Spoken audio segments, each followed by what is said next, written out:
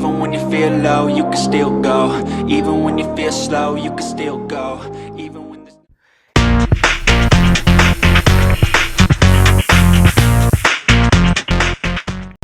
සුබ දවසක් සියලු දෙනාට දිනුම YouTube නාලිකා නර්මන සියලු දෙනාට. ඉතින් ඉන්න ගමන් වැදගත් ප්‍රවෘත්තියක් තමයි දරන් ආවේ. ඔගොල්ලෝ කවුරුද දැන් 2025 අවුරුද්දේ වාහන ආනයන කිරීමට තමයි සැලසුම් කරලා තියෙන්නේ. ඒකෙදි ගොඩක් දැන් ලංකාවේ සමාගම් ඒ සම්බන්ධව දැන්ටමත් ඒගොල්ලන්ගේ ඉදිරියට එන්න තියෙන වාහන වල මිල ගණන් ගොඩක් දේවල් ඉදිරිපත් කරලා තිනවා.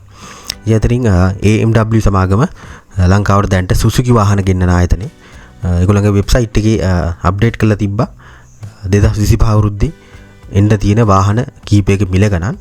ඒ සම්බන්ධව තමයි ටිකක් කතා කරන්න හිතුවේ. ඒකෙදි මුලින්ම ඒගොල්ලෝ දාලා තිබ්බා Suzuki Alto Indian රථය, Alto K10 රථය, Auto G රථය 2025 අවුරුද්දේ මෙහාට ගෙන්නද්දි මිල ගණන් සඳහන් කරලා තිබ්බා ලක්ෂ 67ක් විදියට. මම දන්නේ මොන හේතුවකින් මේ මිල ගණන් දාලා කියලාද. සාමාන්‍යයෙන් මේ Alto K10 2024 රටේ ඉන්දියාවේ ලක්ෂ 6යි 7මාරයි. Auto G ආපුවම සාමාන්‍යයෙන් ඔක ලක්ෂ 10යි වගේ මුදලක් තමයි තිබ්බේ Auto G එක. ඉතින් ඒක ලංකාවට ගෙන්නලා මේක මාකට් ප්‍රයිස් ආපුවම ලක්ෂ 67ක් වෙනවලු. මම දන්නේ මොන කැල්කියුලේෂන් එකක්ද කියලා. අනිත් එක ගත්තොත් ගොඩක්ම දැන් මාකට් වාහන තමයි Suzuki Celerio කියන්නේ. ඒකත් ඉන්දියන් ඇසෙම්බල් වාහනයක් Suzuki සමාගමේ. Suzuki Celerio 1 liter 1000cc Auto G model එක. මේක ලංකාවේ මේ ප්‍රයිස් එක වෙනවලු එද්දි ලක්ෂ 71ක් වෙනවලු. 2025 අවුරුද්දේ මේකත් සාමාන්‍යයෙන් Alto ගාවට තියෙන Celerio රථය. මේකත් සාමාන්‍යයෙන් ඕනනම් ලක්ෂ 8යි 9යි 10යි 11යි රේන්ජ් එක තමයි ඉන්දියන් රුපියල්. ඒත් ඔක ලංකාවට එද්දි ලක්ෂ 71ක් වෙන්න නම් ඒක ටිකක් කල්පනා කරන්න වෙනවා. ඊළඟට දාලා තිබ්බා Suzuki Espresso කියලා. තවත් SUV වගේ hatchback type රථයක්. මේකත් ලංකාවේ දැන් තියෙනවා.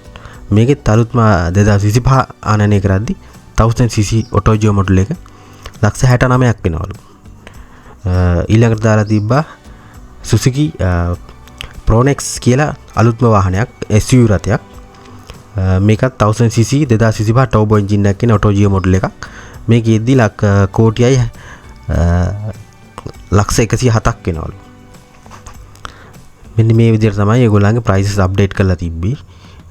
මේක ටිකක් කල්පනා කරන්න වෙනවා මේ මිල ගණන් මිලංකාවේ බොදුත් එක්ක අපි කැල්කියුලේෂන් ඉදිරිපත් කළා. මෙච්චර මිල ගණන් වෙන්න බෑ. මේ අනික මේවා ඉන්දියන් රථ, ඉන්දියන් ඇසෙම්බල් රථ, ජපාන් රථත් නෙමෙයි. මේවා ජපානයෙන් ගෙන්නලා විකුණන්න පුළුවන් මේ වගේ භාගයට අඩු මුදලට. මේවට අපි ලොකු විරෝධයක් ඉස්සරහදී පාණ්ඩ වෙනවා. විශේෂයෙන් දැන් අලුතින් පත් වෙලා ඉන ආණ්ඩුවත් ඔය ඇස්කන් පියාගෙන උඩ බලාගෙන රනිල් වික්‍රමසිංහ මහත්තයාගේ ආර්ථික ප්‍රතිපත්ති ක්‍රියාත්මක කර බොරු කිය ඉන්නවට වඩා මේ වගේ දේවල් පාලනය කරන්න මේවට මිල ගණන් හරි ක්‍රමවේද හදන්න දැන් කාලේ හරි. නැත්නම් ඡන්දෙ දුන්නේ බම්බු හඬ නෙවෙයි. ඉතින් මේ මිල ගණන් නගිද්දි එක්කෝ ඒගොල්ලන්ට දාපු උන්ට පිස්සු නැත්නම් අපිට පිස්සු. ඔයගොල්ලෝ කල්පනා කරලා බලන්න. සුබ දවසක් සියලු දෙනාට.